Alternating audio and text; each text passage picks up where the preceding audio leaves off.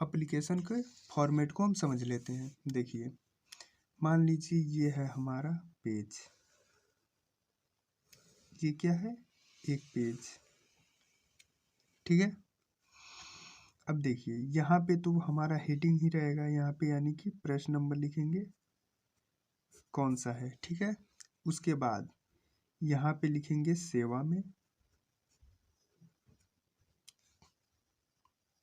और उसके बाद जिसको लिखना रहेगा उनका नाम महोदय के साथ, यहाँ पे उनका पता, ठीक है। अब उसके बाद यहाँ पे होगा विषय,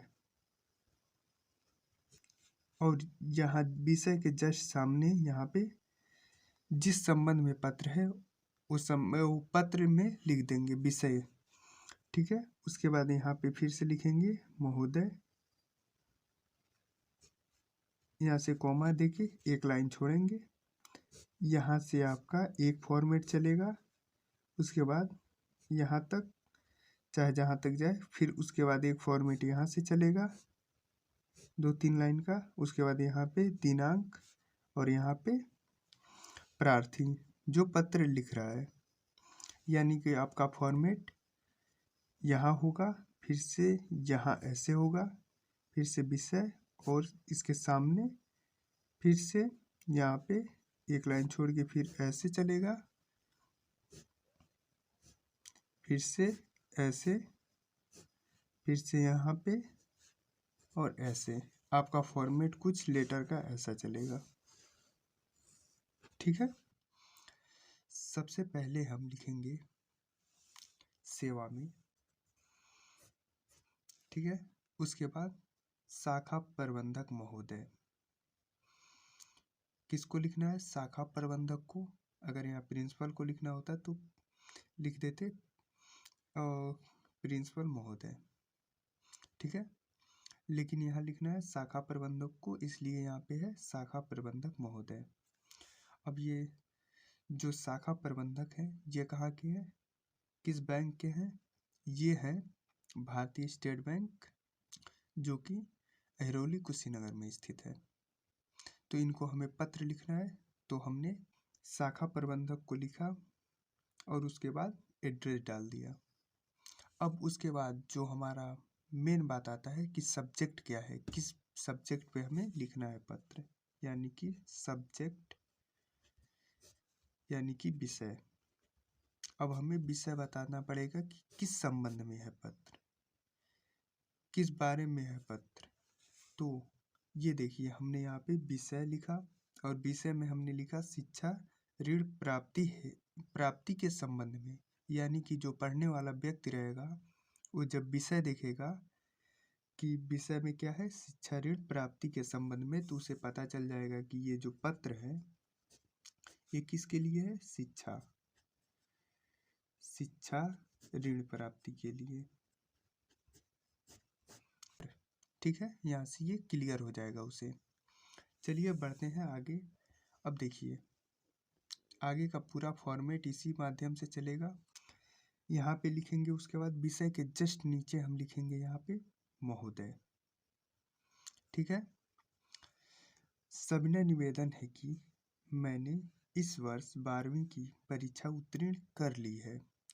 अब देखिए यहाँ पे जो पत्र लिख रहा है वो निवेदन कर रहा है, सविनय निवेदन है कि, यहाँ निवेदन ही करेगा ऋण प्राप्त करने के लिए, तो यहाँ पे निवेदन कर रहा है और बता रहा है, क्या बता रहा है कि मैंने इस वर्ष 12वीं की परीक्षा को पास कर लिया, यानी कि उत्तीर्ण कर लिया, और मेरा चयन राष्ट्रीय राजधानी क्षेत्र नोएडा में स्थित निजी इंजीनियरिंग संस्थान अमेठी में हो गया है।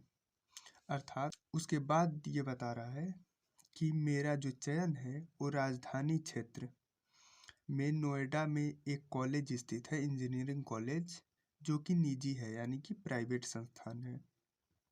कहाँ पे है, अमेठी में, वहाँ पे हो गया है, ठीक है। इतना बता दिए।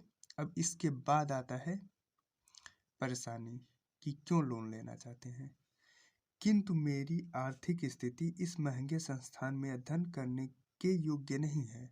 अब बता रहा है कि लोन क्यों चाहिए, जो मेरी घर की स्थिति है, मेरी आर्थिक स्थिति, वो क्या है, इस महंगे संस्थान में अध्ययन करने के योग्य नहीं है।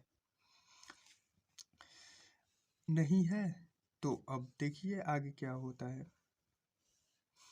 अब उसके बाद लिखेंगे हम, अतः आपसे विनती है कि सभी संबंधित नियमों को पूरा करते हुए मुझे इस निजी संस्थान में पढ़ने के लिए शिक्षा ऋण देने की कृपा प्रदान करें। यानी कि अब हम लास्ट में विनती कर रहे हैं अगले फॉर्मेट में कि जो सभी संबंधित नियम हैं, यानी कि जितने भी दस्तावेज कार्रवाई हैं, जितने भी फॉर्म हैं, उन सभी नियमों और शर्तों को पूरा करते हुए मुझे इस निजी संस्थान में पढ़ने के लिए शिक्षा ऋण देने की कृपा करें। ठीक है।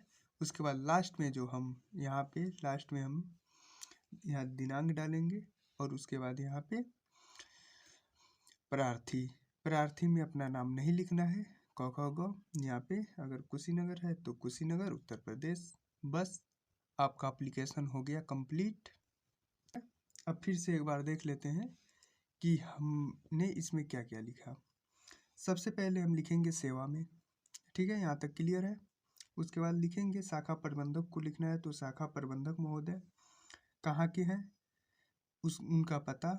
उसके बाद विषय में जिस संबंध में पत्र को बोला जा रहा है लिखने के लिए, या शिक्षा ऋण प्राप्ति के लिए है, तो यहाँ पे लिख देंगे शिक्षा ऋण प्राप्ति के संबंध में। उसके बाद लिखेंगे महोदय, और यहाँ ये जो पाठ है आपका बॉडी पार्ट कहलाता है।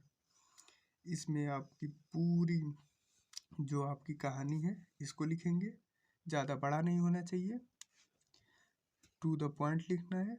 और उसके बाद यहाँ पे लास्ट में हम लिखेंगे कि अतः आपसे विनती है कि सभी संबंधित दस्तावेजों और नियमों को पूरा करते हुए हमें इस निजी संस्थान में पढ़ने के लिए शिक्षा ऋण देने की कृपा करें। और उसके जस्ट नीचे यहाँ इस साइड में रहेगा दिनांक, और यहाँ पे रहेगा प्रार्थी किसने पत्र को लिखा।